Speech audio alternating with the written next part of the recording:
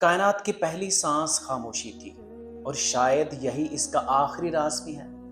ہم نے شور کو زندگی سمجھ لیا، خاموشی کو تنہائی، مگر جس نے اندر جھانکا اسے معلوم ہوا جو واقعی بھرا ہوا ہے وہ چھلکتا نہیں۔ زمانے بھر کی تاریخ ایک ہی سچ دہراتی ہے: جب خدا نے کسی روح کو منتخب کیا، اسے پہلے خاموشی کی گہرائیوں میں اتارا۔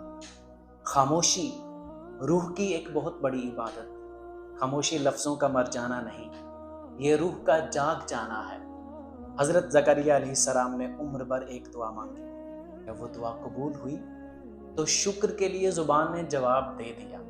رب نے 3 دن کی خاموشی عطا کی، کیونکہ کچھ لمحے اتنے مقدس ہوتے ہیں کہ لفظ ان کی توہین بن جاتے ہیں۔ حضرت مریم علیہ السلام جب پوری دنیا نے انگلیاں اٹھائیں تو عرش سے صرف ایک حکم اترا: خاموش رہو۔ یہ بے بسی نہ تھی، یہ وقار تھا۔ یہ شکست نہ تھی، یہ فتح کا پہلا قدم تھا، کیونکہ جب بندہ اپنی صفائی چھوڑ دیتا ہے، خدا خود اس کا مدعی بن جاتا ہے۔ خاموشی وہ حرم ہے جہاں غیبت قدم نہیں رکھ سکتی، جہاں لغو باتیں راستہ بھول جاتی ہیں، جہاں پچھتاوا دروازے پر ہی لوٹ جاتا ہے۔